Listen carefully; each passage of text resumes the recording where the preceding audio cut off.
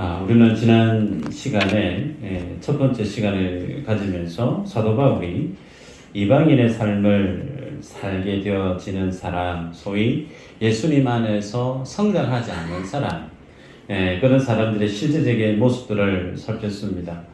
그들은 성장하지 않았다 그랬어요. 성장하지 않기 때문에 그들의 삶의 모습이 목적도 방향도 없이 참 허무한 그런 삶을 살다가 갔다 그랬습니다. 에베소 교회 성도들이 이전에는 마치 이방인들과 똑같은 그런 삶을 살았던 적이 있었죠. 그러나 이제 너희들은 그런 삶을 그와 같이 행하지 말아라 라고 사도 바울이 권면을 했었죠. 말씀을 기억하실지 모르지만 그와 같이 행하지 말아라 라고 했던 거기서 행하다 라고 하는 말의 의미가 삶의 전반적인 방식이라고 그랬습니다. 그래서 주님 밖에 있고 그 믿음이 자라나지 않는 그 삶의 방식은 어떤 상황에 있느냐면 총명이 어두워져서 그리고 우매한 곳에 미련한 상태로 내버려지죠. 그래서 총명이 어두워지고 미련한 상태로 떨어져 버린 인생들은 그들의 그 마음이 어떻게 해요? 딱딱하게 굳어져 버렸다고 그랬습니다. 그래서 굳어져 버린 그 마음을 지니고 살아가기 때문에 아무리 하나님의 말씀이 이 말씀의 씨앗이 그 심령 속에 떨어져도 그 하나님의 말씀을 수용할 수 있는, 그리고 뿌리를 내리고 결실할 수 있는 그런 어떤 능력이 전무했다 그랬습니다. 그런데 그들이 실제로 누구였느냐면 바로 우리들 자신이었다 그랬어요. 그래서 예수님의 씨 뿌리는 비유 가운데 열매를 결실하는 밭은 4가지 중에 옥토밭 하나였습니다. 30배, 60배, 100배 그렇게 결실하는 밭은 옥토밭, 그 외에는 길가, 가시밭 혹은 돌짝밭. 그런데 하나님 안에 있는 모든 인생은 원래 옥토밭이 있다고 했던가요? 없다고 했던가요? 저는 지난주에 없다고 그랬습니다. 하나님 안에 있는 모든 인생 그 첫 모습은 옥토밭은 없다고 그랬어요. 왜요? 죄와 허물로 죽어버렸기 때문에. 무엇이 진리고 무엇이 구원이고 내가 어떻게 하나님의 구원받은 자로 살아가야 될지 참과 거짓을 구분할 수 있는 감각 자체가 아예 하나님과 분리되어져 있기 때문에 말씀의 씨앗이 떨어진들 그 말씀을 깨달을 수 있는 지혜가 없죠. 그럼 우리가 어떻게 오늘날 예수 그리스도를 믿는 하나님의 사람이자 있을 수가 있는가? 창세 전에 하나님이 성부, 성자, 성령, 삼위 하나님 안에서 나를 하나님이 구원하시기로 예정하시고 작정하셨단 말이에요. 그 예정하시고 작정하셨던 그 하나님의 구속의 첫 시작점이 어디에서 꽃을 피웠느냐? 성령 하나님이 임재하셔서 돌짝밭 같고 가시떨기밭 같고 길가밭 같은 우리의 딱딱한 심령을 하나님이 갈아엎었다고 그랬어요. 하나님이 새롭게 갈아엎어서 하나님의 말씀이 들려지고 말씀의 씨앗이 심령 속에 심겨지면 반응을 해서 자라나고 결실하게 만들었다고 그랬습니다. 결국은 구원을 입고 천국을 소유하고 하나님의 구원받은 백성으로 살아가는 그 모든 성도의 전반적인 삶 속에서 그 구원과 관련된 자랑할 수 있는 근거 사람에게 있느냐? 없다고 그랬어요. 왜요? 내가 내 스스로 길가 같은 돌짝 같은 가시떨기 같은 내 밭을 갈아엎어서 한 게 아니기 때문에 하나님이 갈아엎으셨고 하나님이 씨앗을 심으셨고 그래서 결실했던 그 모든 것들, 그 구원에 대한 사실은 하나님의 작품이기 때문에 하나님 앞에만 영광이 될 수밖에 없죠. 그러나 중요한 것은 그 말씀이 떨어지는 그곳에 이제 옥토밭으로 기경된 구원받은 성도는 책임이 주어져 있다고 그랬습니다. 그 책임이 뭐냐면 말씀이 있는 그곳에 내 발품을 팔아야 돼요. 내 마음의 중심이 말씀이 떨어지는 그곳에 사모함으로 가야 돼요. 그래서 말씀이 떨어지는 그곳에 내가 마음을 집중하고 사모함으로 그 생명의 말씀이 씨앗을 내 가슴 신비에 잘 심겨지게끔 관심을 쏟고 열정을 쏟아내는 건 누구예요? 나예요. 하나님이 구원시키셨지만 구원받은 자로서의 삶에 풍성한 열매에 대한 그 모습은 나의 헌신, 나의 어떤 신앙의 열심, 그 모습이 있어야 된다고 그랬습니다. 그것을 지난 시간에 마지막 쯤에 사도 바울이 20절에 그렇게 얘기를 했죠. 오직 너희는 그리스도를 그같이 배우지 아니하였느니라. 소위 배워야 된다는 거예요. 배워야. 뭘요? 예수 그리스도를, 말씀을 배워야만이 우리가 하나님 앞에 구원받은 자로서 성장해가고 하나님의 온전한 자로서 그리스도의 장성한 분량에 이를 수 있다라고 성경이 우리에게 도전합니다. 때문에 구원받은 하나님의 백성이 땅 가운데 살아갈 때 하나님의 충성스러운 일꾼으로, 하나님 앞에 인정받은 주의 일꾼으로 값지게 살아갈 수 있는 중요한 신앙의 요소, 배우는 거예요. 배우는 거. 그래서 우리가 하나님의 말씀을 잘 배우려고 하면 가장 먼저 뭘 해야 되냐면 듣는 걸 잘해야 되죠. 영어 저는 참 어렵던데요. 영어 잘하려고 하면 먼저 들려야 된다면서요. 제가 중국어를 조금 하지만 중국어 처음에는 아무것도 안 들립니다. 이거 뭔 말인지. 그런데 그 땅에 살아보니까 이게 이 말이구나, 이게 그 뜻이구나. 들려주고 나니까 나중에는 스피커가 나오고 잠꼬대도 중국말로 잠꼬대를 하고 그래요. 여러분, 듣는 게 중요합니다. 자, 그러면 지난 시간에 이어서 오늘 사도 바울이 얘기하는 예수 그리스도 안에서의 새 사람과 벗어버려야 될 옛 사람의 두 번째 언급하고 있는 내용이 뭔지를 보도록 하십시다. 20절의 내용이 오직 너희는 그렇게 시작을 하죠. 우리 성경에는 이렇게 시작하고 있지만 원문에는 이렇게 시작하고 있지를 않습니다.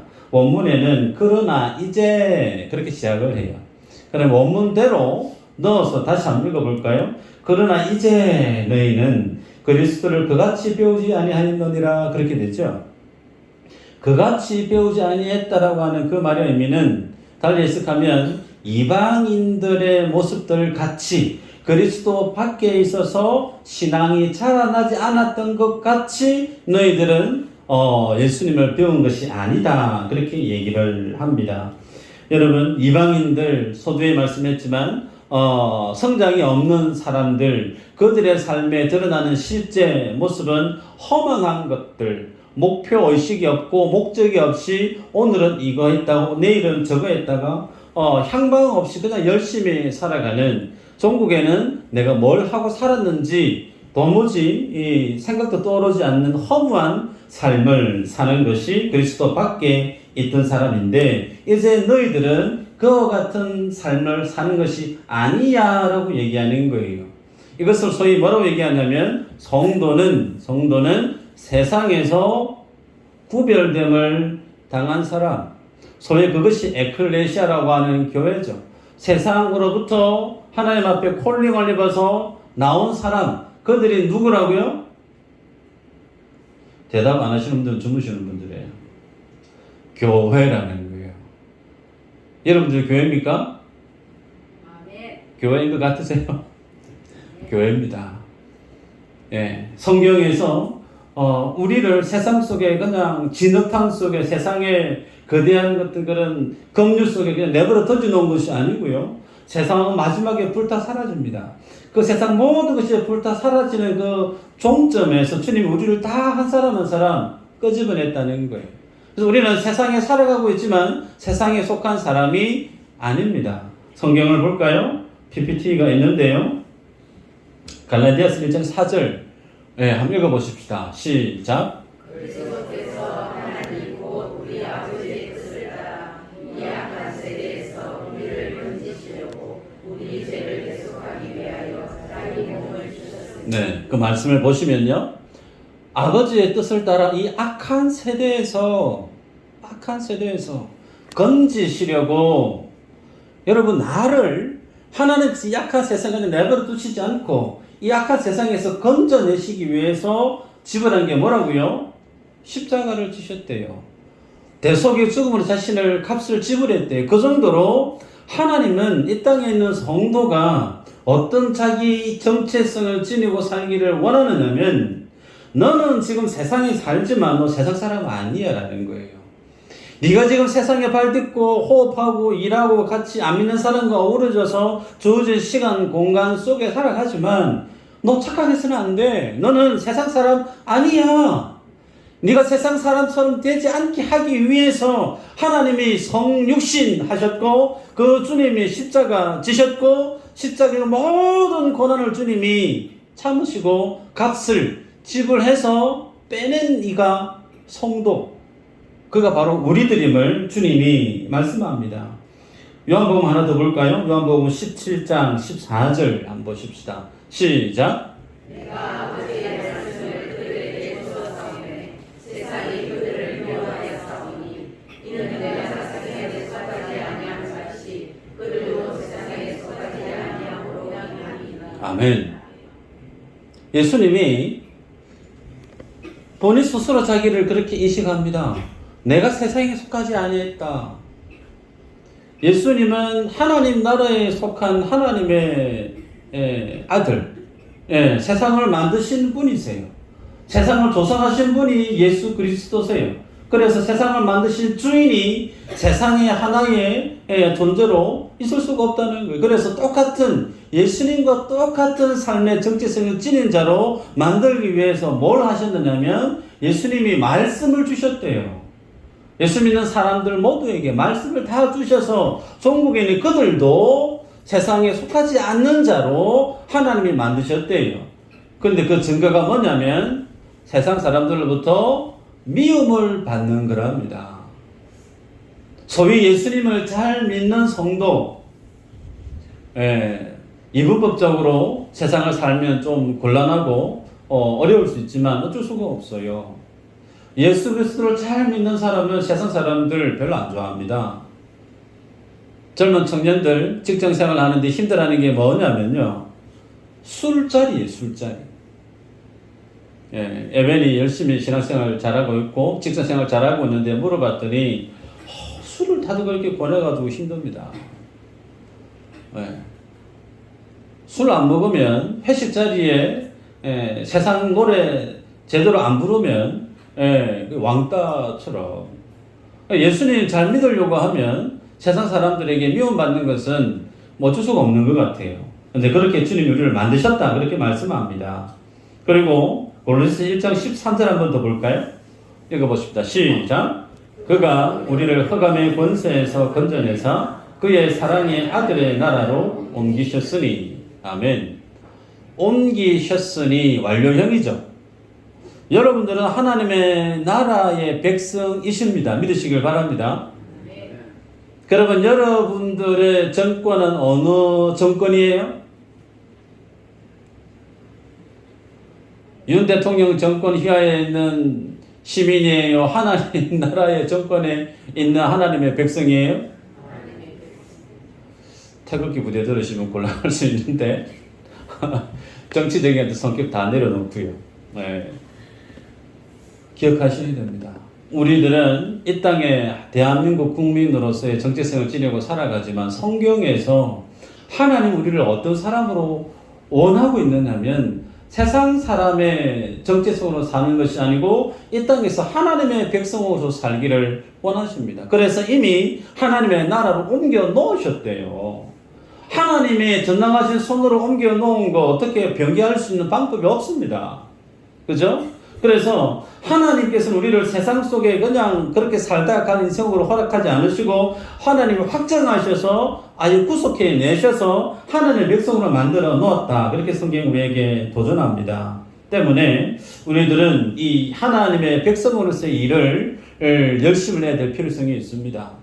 성경에서 하나님의 백성이 이 땅에서 하나님의 그 일들을 두고 고심하고 열심을 내는 삶이 있고 또 정반대로 내가 성도임에도 불구하고 하나님의 일보다는 세상 일에 더 열심히 있는 사람들의 모습이 있을 수가 있죠. 여기에 대해서 주님이 어떻게 평가하시는가 한번 볼까요? 빌립보서 3장 18절 20절까지 한번 보십시다. 19절 20절 한번 보십시다. 시작. 그들의 마침은 멸망이요 그들의 신은 배요 그 영광은 그들의 부끄러움에 있고 땅의 일을 생각하는 자라. 그러나 우리의 시민권은 하늘에 있는지라. 거기로부터 구원하는 자 곧 주 예수 그리스도를 기다리노니 그랬습니다. 여기에 보면 우리가 18절에 안 읽었지만 18절에 보면 그리스도의 십자가의 원수로 행하는 자라는 표현이 있어요. 예수님의 십자가의 원수로 행하는 자가 누구냐면 19절에 땅의 일을 생각하는 자라고 말씀하고 있습니다. 여러분 기억하시길 바라요. 예수님의 원수, 예수님이 하시는 말씀이에요. 거기에 제가 어떻게 토를 달 수가 없습니다. 예수님이 내리시는 정의세요. 땅의 일을 생각하는 사람 어떤 사람이라고요? 십자가의 원수로 행하는 자다. 그 정도로 하나님은 이 땅의 성도가 어떤 정체성으로 이 땅에서 살기를 원하느냐? 세상 사람 아니고 하나님의 사람으로 단디 살아라. 그렇게 우리에게 명령하는 것 같아요. 여러분, 그러기에 여러분들이 세상에 발을 딛고 살지만 기억하셔야 됩니다. 세상에서 벗어날 수 없기 때문에 적당히 세상과 함께 어우러져 살아가는 세상 어쩔 수 없지만 그럼에도 불구하고 나름 지혜롭게 분별을 하셔서 내가 어느 정도로 세상 일에 관여해야 되고 내가 어느 정도로 하나님의 그 일에 관여해야 될지 분별력을 지니고 살아야 될 책임이 우리 모두에게 있다는 거예요. 여러분, 자 그러면 이 세상에서 벗어난 사람 그들은 이 세상을 어떻게 살아야 되는가? 골로새서 3장 1절 2절을 이렇게 기록합니다. 제가 읽습니다. 그러므로 너희가 그리스도와 함께 다시 살리심을 받았으면 위의 것을 찾으라. 거기는 그리스도께서 하나님 우편에 앉아 계시느니라. 위의 것을 생각하고 땅의 것을 생각하지 말라 그랬습니다. 소위 하나님의 은혜로 거듭난 인생은 이 땅에 살면서 위의 것 찾아야 돼. 땅의 거 찾으면서 땅의 거 생각해서는 안 돼 라고 권면해요. 근데 문제는요, 나에게 1인칭으로 질문을 던져보십시다. 위의 것을 찾으라. 여러분 구체적으로 어떤 것이 떠오르시는 게 있으세요?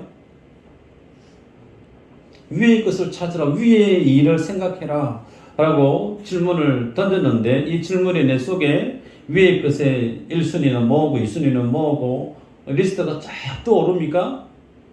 그런 분들은 정말 할렐루야예요. 그런데 위의 것을 찾으라 라고 했는데 위의 것이 뭐더라? 갑자기 버퍼링이 걸리고 막 머리가 회전이 안 되고 생각이 안 떠올라요. 그런데 땅의 것을 찾으라고 하면 땅의 것은 그냥 쉽게 떠올라요. 네. 비가 오니까 밭에 가서 깻잎을 따야 되고 거름을 줘야 되고 이맘때는 뭘 해야 되고 이 시기에는 뭘 해야 되고 땅의 일에 대해서는 우리가 늘 그렇게 살아왔으니까 땅의 일은 너무나 익숙합니다. 너무나 친숙하고 또 잘할 수 있어요. 그런데 성경은 땅의 것 생각하지 말아요. 위의 것 생각하래요. 그런데 우리의 삶의 현실은 위의 것에 대해서 생각하라고 함에도 불구하고 위의 것에 대해서 떠올려 보니까 보통 뭘 해야 될지 잘 모르겠어요. 저만 그런가요? 우리의 믿음의 현 주소가 지금 그렇다는 겁니다. 그러면 왜 나는 땅의 것은 정말 누가 얘기하지 않아도 술술술 잘 나오는데 마치 은행에 가서 대출 받으려고 하면 혹은 집에 있는 땅 뭘 하나 하려고 하면 법적인 자체 어떻게 해야 되는지 정말 다 깨고 사는 것 같은데 하나님의 구원받은 백성으로서 위의 것을 생각해라라고 하면 그냥 먹먹해져요. 왜 그런가? 배운 적이 없어서 그래요. 위의 것에 대해서 들은 적도 없고 본 적도 없고 배워본 적도 없으니까 위의 것에 대해서 주님이 찾으라라고 했는데 도통 뭘 찾으라고 하는지 막막한 거예요. 그게 이 땅에 많은 교회 안의 성도들이 소위 구원받아서 내가 하나님의 백성으로 구원의 확신을 자랑하며 살아가시는 분들의 믿음의 현 주소 조금만 살짝 덜셔봐도 그 믿음의 수준이 얼마나 옅은지를 바로 알 수 있습니다. 왜 그렇다고요? 배운 적이 없어서, 위의 것에 대해서 공부한 적이 없어서. 그래서 오늘 사도 바울은 배울 것을 강조하고 있습니다. 여러분, 우리들은 배움으로 인해서 옛 사람의 모습을 벗어버릴 수가 있고 배움으로 인해서 새 사람의 옷을 입을 수가 있습니다. 지금까지 우리는 교회 안에서 예수님에 대해서, 진리에 대해서 여러분이 안 배웠을까요? 배우셨죠? 세례 공부할 때 공부하셨어요. 세가도 공부할 때 공부하셨어요. 바나바 교육 아마 저기 위에 교회에 있었을 때 하지 않았겠나 싶어요. 혹은 제자 훈련, 오카노 목사님 사랑의 교회 했던 제자 훈련, 뭐 무슨 훈련 많이 하셨을 겁니다. 근데 그 배운 것에 대해서 얘기하는 그 배움일까? 그거 아니라는 거예요. 여러분에게 무안을 드리려고 하는 거 아닙니다. 적나라하게 얘기를 드리겠어요. 내가 많이 배웠다고 얘기해요. 그런데 지금의 내 믿음의 모습을 뚜껑 열어보면 자랑할 게 아무것도 없어요. 그러면 그 모습을 두고 배웠다라고 할 수 있는가? 이론은 다 알아요. 성경 몇 권, 예수님 제자가 몇 명, 누구, 출신 어디, 사건은 뭐고, 계시의 내용이 뭐고, 신학적인 어떤 논리가 뭐고, 구원론이 뭐고, 교회론이 뭔지 물어보면 그냥 다 얘기해 줄 수 있는 성경과 관련된 이론, 지식은 내 머릿속에 다 저축이 되어져 있어요. 그런데 지금은 내 믿음의 실제 모습을 열어보면 내가 알고 있는 믿음의 이론과 내 삶의 모습의 갭이 너무 크다는 거예요. 너무 커요. 그것은 성경이 얘기하는 배우다라고 하는 말과 다른 것입니다. 성경이 얘기하는 배우다라고 하는 말의 의미는 이론 더하기 그 이론이 그대로 자기 삶의 실제 속에 구현되어져 있는 것. 그래서 그 선을 뛰어넘어서 다른 사람에게까지 가르칠 수 있는 수준까지 되어져 있는 상태. 그것이 소위 오늘 본문에서 얘기하는 사도 바울이 얘기하는 배우다라고 하는 말의 의미예요. 그런 의미에서 이제 여러분 스스로에게 질문을 하시고 답해 보시길 바랍니다. 나는 제대로 배운 게 맞나? 나는 예수님을 제대로 배우고 그 배운 예수 그리스도를 그 하나님의 천국의 복음을 내 사랑하는 자식들에게 그대로 전수해 주고 살아왔는가? 여러분 여기에서 선뜻 대답하기 쉽지 않다라고 하면 죄송스럽지만 제대로 못 배우신 거예요. 그래서 교회 안에는 예수님이 가르치신 대로 해야 돼요. 예수님이 제자들에게 부활하시고 나서 하신 말씀이 있습니다. 마태복음 28장 20절에 내가 너희에게 분부한 모든 것을 가르쳐 지키게 하라 그랬습니다. 가르쳐 지키게 하라. 이 말씀의 의미는 예수님이 자신의 삶으로 가르쳤다는 거예요. 너희들이 내게서 보고 배운 대로 가르치라는 거예요. 그래서 사도들이 하나같이 어떻게 살았죠? 예수님이 사셨던 그 삶을 그대로 살았습니다. 예수님이 십자가에 달려 돌아가셨던 것처럼 베드로 사도도 거꾸로 매달려서 십자가에서 죽었습니다. 하나같이 복음을 전가하다가 승거의 제물로 갔단 말이에요. 그래서 교회 안에는 무엇이 항상 있어야 되냐면 사도성이 살아있어야 됩니다. 저 사람을 보면 뭐가 보여야 된다는 거예요? 예수가 보여야 되는 거예요. 주님이 돌아가시면서 만드신 것이 교회예요. 그래서 그 교회 안에는 너희가 본 대로 가르치라고 그랬습니다. 그런데 본 게 없어요. 목사로부터 배운 게 없어요. 장로님으로부터 믿음의 아버지 어머니 권사님으로부터 자식들이 본 게 없어요. 그러다 보니 그 믿음이 제대로 서갈 수가 없는 겁니다. 우리 모두가 여기에 동일한 책임이 있죠. 배워야 돼요. 여러분, 주님은 성천하시면서 제자들에게 그렇게 말씀했고 그 제자들 그대로 가르쳤습니다. 그래서 오늘 읽었던 본문 21절에 이렇게 얘기하죠. 너희는 유혹의 욕심을 따라 진리가 예수 안에 있는 것 같이 너희가 참으로 그에게서 듣고 또한 그 안에서 가르침을 받았을진대 그랬습니다. 자, 말씀을 잘 보시면요. 너희가 참으로 그에게서 듣고 그랬어요. 들었대요. 현재형입니다. 누구에게 들었다는 거예요?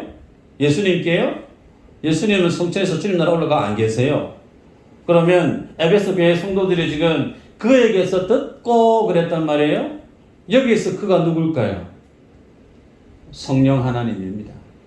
성령 하나님으로부터 직접적으로 사도 바울을 통해서 그들이 듣고 배웠다. 성경에 그렇게 사도 바울이 우리에게 제시하고 있습니다.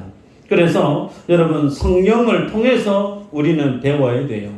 목사가 가르칠 수 있습니다. 신학교 교수가 가르칠 수 있어요. 그것은 전달하는 거예요. 그러나 그 가르치는 정보, 지식을 깨닫게 할 뿐만 아니라 깨달은 대로 자신의 삶의 태도를 바꾸고 삶의 목적을 바꾸고 정말 말씀대로 살아가게 만드는 배움의 참 주인은 누구냐? 성령 하나님이라는 거예요. 그래서 우리들은 성령님으로부터 계속해서 배워야 된다는 겁니다. 그 성령님이 성경에서는 예수의 영으로 표현되고 진리의 영으로 표현되어지고 있어요. 그래서 구원이 뭐냐라고 물으면 예수 믿고 천국 가는 거, 이거는 이제 초등생 수준이고, 조금 더 진보하면 구원이 뭐냐 그러면 하나님과의 관계 회복이요. 이거는 이제 한 초등학교 졸업하고 중학교 이제 들어갈 정도 됩니다. 조금 더 들어가면 구원이 뭐냐라고 하면 진리를 배우는 거예요. 성령이 진리시기 때문에 그 성령으로부터 내가 진리를 배워서 매일매일 현재적 구원을 삶 속에서 알아가고 체험하고 맛보고, 그래서 죽어서 가는 천국 말고요. 제발 우리 여기서 좀 벗어났으면 좋겠습니다. 죽어서 가는 거 말고요. 왜 살아서 천국을 누리지를 못해요? 살아서 주님의 영광을 체험하실 수 있습니다. 누구를 통해서요? 성령 하나님을 통해서. 그 말씀 속에서 내가 배우고 그 배운 바대로 내가 살아가면 주님이 나와 동행하시고 세상 끝날까지 내가 너희와 항상 함께 하겠다. 예수님이 약속하셨잖아요. 아멘인가요? 주님과 함께 있는 그것이 뭐예요? 천국이죠. 그걸 우리는 이 땅에서 천국의 삶을 살 수가 있습니다. 그러기에 배우셔야 돼요. 죄송하지만 계속해서 배우셔야 돼요. 여러분, 이사할 때 여러분들은 안 그렇지만 세상 사람들이 이사하려고 하면 점집에 가서 이사 날짜를 받습니다. 누구누구가 결혼을 해요. 그러면 가장 결혼하기 적당한 날이 기일이 언제인지 날을 받아서 뭐 하는 것 같아요. 차를 사거나 배를 사거나, 그래서 운전을 하고 운행을 할 때 안전을 위해서 대지를 가지고 와서 고사를 지내지 않습니까? 여러분들은 그러지 않죠? 왜 안 하세요? 이사 하고 싶으면 하면 되는 거예요. 날 좋으면. 적당할 때 하면 됩니다. 세상의 지혜가 의미가 없는 거예요. 우리는 그것을 진리 안에서 조금 아니까 세상 사람들이 얘기하는 기일이라고 하는 그 날짜 정말 의미 없음을 알죠. 우리가 이 정도에서 이제 더 자라난다는 거예요. 더 자라나서 우리의 수준이 어디까지요? 구원에 이르는 그 진리까지 내가 온전히 이해하고 알고 있는 그 바가 삶 속에서 어우러져서 비빔밥처럼 묻어날 뿐만 아니라 다른 사람에게까지 소개할 수 있는 정도까지 자라나야 된다는 거예요. 제가 우리 교회에 어느 분에게 여쭤봤습니다.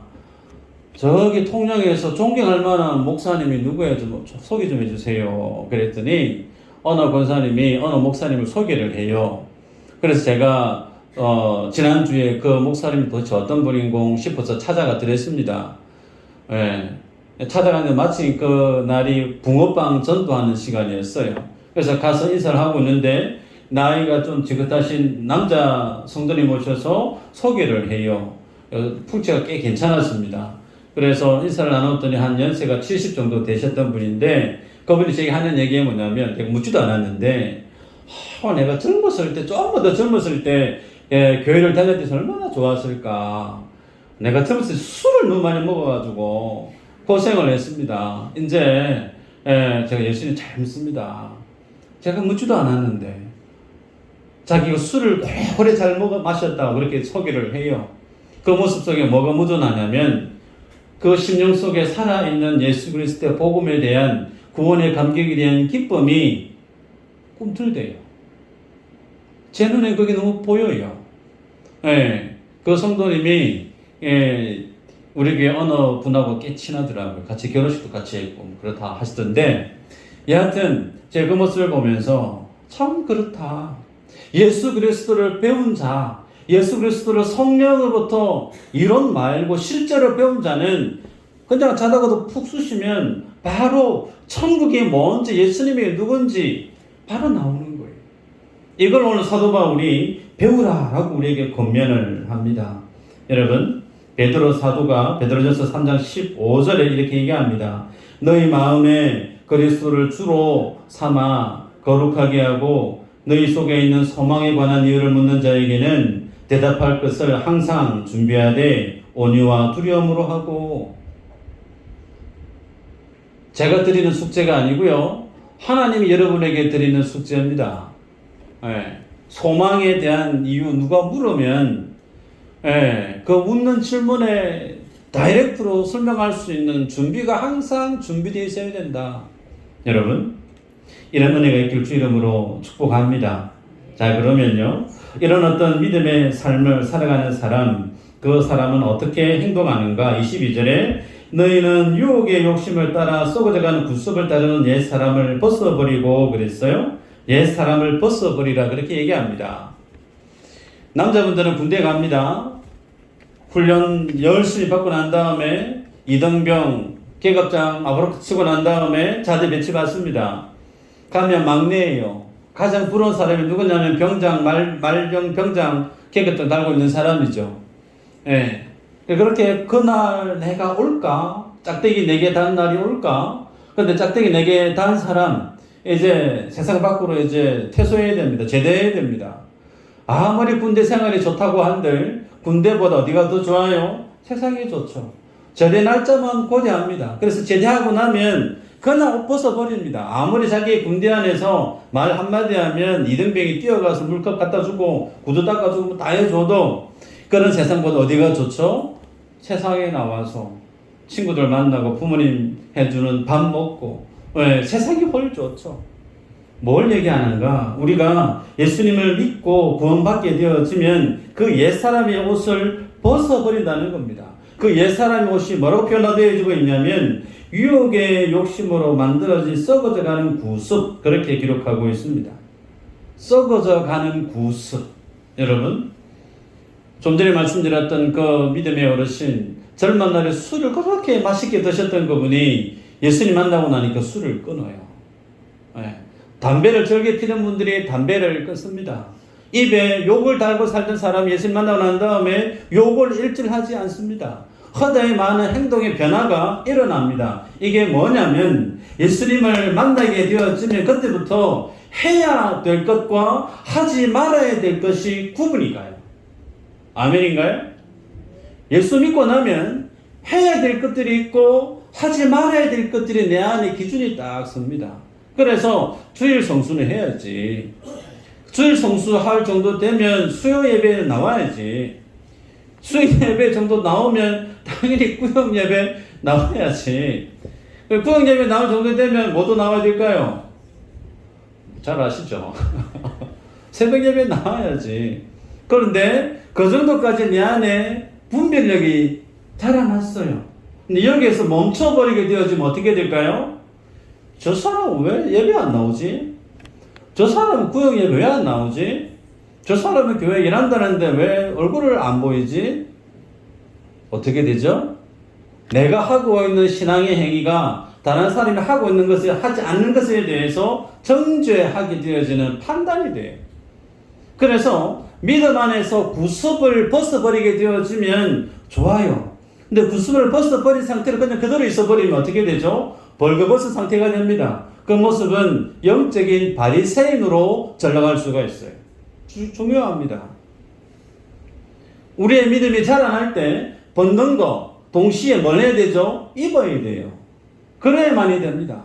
입는 걸 하지 않으면 다른 사람이 하지 않는 것에 대해서 나는 예수 믿으니까 술 안 마시고 나는 예수 믿으니까 헌금생활, 봉사 뭐 다 하는데 저 양반은 왜 안 하지? 너무 좀 못됐다. 뭐 이런 말들을 하게 돼요. 이게 바리새인들이 살아가는 자기의 의로 살아가는 인생들이에요. 우리들은 그렇게 해서는 안 돼요. 자라나기까지 어디까지? 새 옷을 입기까지 자라나야 된다는 것을 본문을 통해 보게 됩니다. 자, 그러면 여러분 디도서 2장 14절에 이렇게 얘기합니다. 그가 우리를 대신하여 자신을 주시면 모든 불법에서 우리를 속량하시고 우리를 깨끗하게 하사 선한 일을 열심히 하는 자기 백성이 되게 하려 하심이라. 새 옷 입는 거, 그것이 뭐라고 하냐면 하나님 안에서 깨끗하게 된 거, 거기서 조금 더 진일보하면 하나님을 위해서 선한 일을 하는 일에 열심을 내는 사람이라고 성경이 우리에게 제시합니다. 자, 그렇다면 여러분, 우리가 정말 주님 안에서 깨끗한 사람인가 스스로 질문을 하시고 답해 보세요. 나 정말 깨끗한 사람 맞나? 옆에 있는 분이 한번 물어보십시오. 네 깨끗하나? 해봅시다. 시작.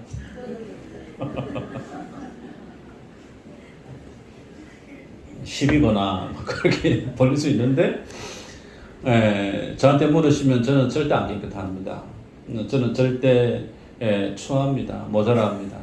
그럼 왜 우리가 자신 있게 이렇게 얘기를 못할까요?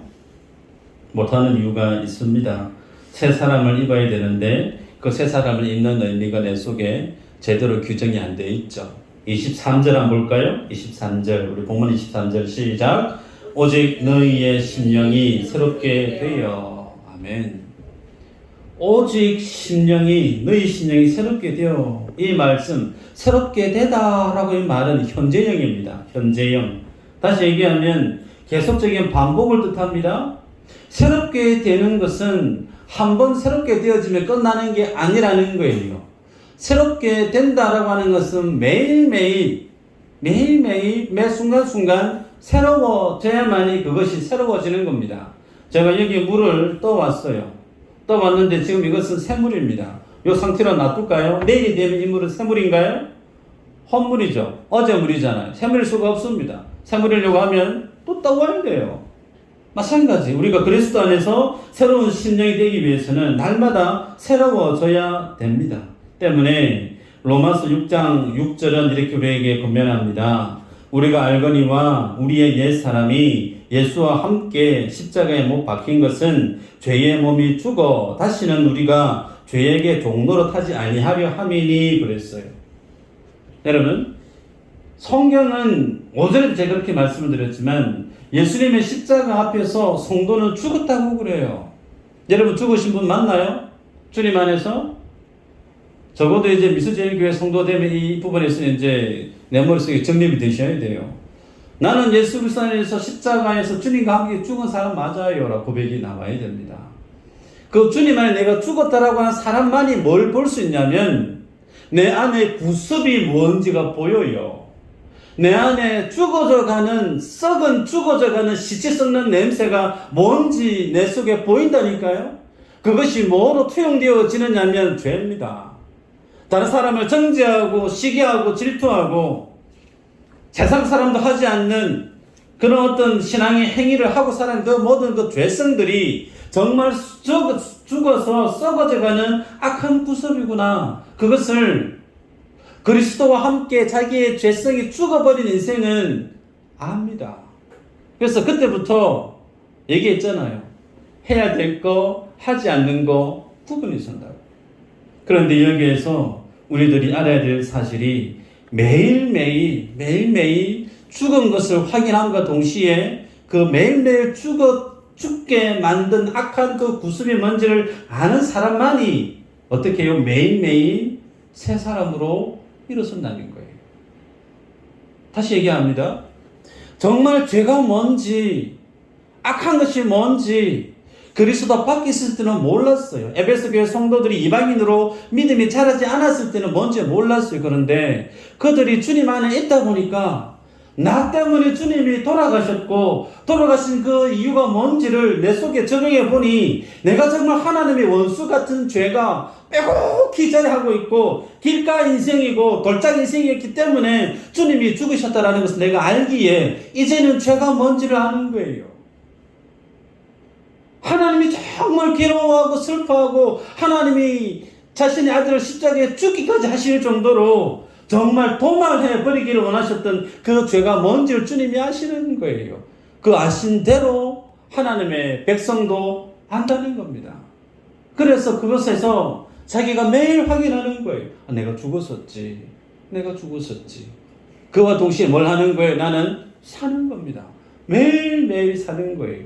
그래서 주님 우리에게 도전합니다. 성도는 매일 죽고 성도는 매일 삽니다. 아멘인가요? 죄에 대해서 죽은 자만이 죄에 대해서 이겨낼 수가 있습니다. 저는 개인적으로 탁구를 좋아합니다. 잘 치지는 못하는데 조금 칩니다. 그런데 그 습관이요, 제대로 안 배웠을 때는 내 나름 그냥 쳤던 그 탁구 그 자세가 쉬 안 고쳐져요. 코치가 이렇게 하세요, 저렇게 하세요, 눈에 보이고 귀에 들을 때는 잘 인지하는데 게임을 하다 보면 옛날 습관이 또 나와요. 이걸 고치는데 6개월, 1년이 막 걸립니다. 우리의 삶이 그렇다는 거예요. 예전에 예수님 밖에 살았을 때에, 믿음이 어렸을 때에 그 모습이 쉽게 바뀌지 않습니다. 그럼에도 불구하고 어떻게 바뀌어질 수 있느냐? 십자가 앞에서 내가 죽었다는 사실을 여러분이 날마다 묵상하시길 바래요. 날마다 묵상하면 사랑하기 힘든 사람까지도 사랑하게 됩니다. 사랑하기 힘든 사람까지도. 용서하기 힘든 사람까지도 용서하게 돼요. 권사님 기도하셨지만 정말 내 마음 앞에 있던 많은 사람들이 절벽이 있을 수 있습니다. 그 사람들까지 어떻게 해요? 싸잡아서 용서할 수 있는 기도가 내 속에, 이전에는 용서에 대해 이유도 몰랐는데 주님 안에 있는 내 자신을 발견하게 되니까 그 사람의 영혼에 대해서 내가 이제 용서할 수 있는 기도까지 내 속에 일어나는 거예요. 이 모습이 주님 우리에게 요구하시는 모습입니다. 저는 미수제일 교회 안에 그 어떤 것도 그 마음의 썬뿌리가 자라나지 않기를 주 이름으로 축복합니다. 아멘 소리가 좀 적어서 긴장이 되는데, 여러분 교회 건물을 잘 짓고 새가족이 오고 늘 얼굴에 미소가 있고 기쁨이 있고 소망이 있고, 여러분 이것은 드러나는 하나님의 복이에요. 그런데 이것보다 더 치명적인, 더 중요한 복은 내 마음 안에 있는 썬뿌리를 다 뽑아내셔야 돼요. 그 부분까지 하나님의 은혜가 주입되어져서 말소되지 않으면 그것은 뿌리는 상해에 있고 잎만 무성한 모습으로 언제 어떻게 변질되어지기 쉬운 모습으로 바뀌어질 수 있는 여지가 많아요. 미수제일교회는 하나님의 교회입니다. 아멘이죠? 하나님의 교회답게 다 사랑하셔요. 다 품으셔야 돼요. 그 부분까지 우리의 기도가 도달해서 가장 성경적인 교회로 우리 모두가 저 앞에 서기를 주의 이름으로 축복합니다.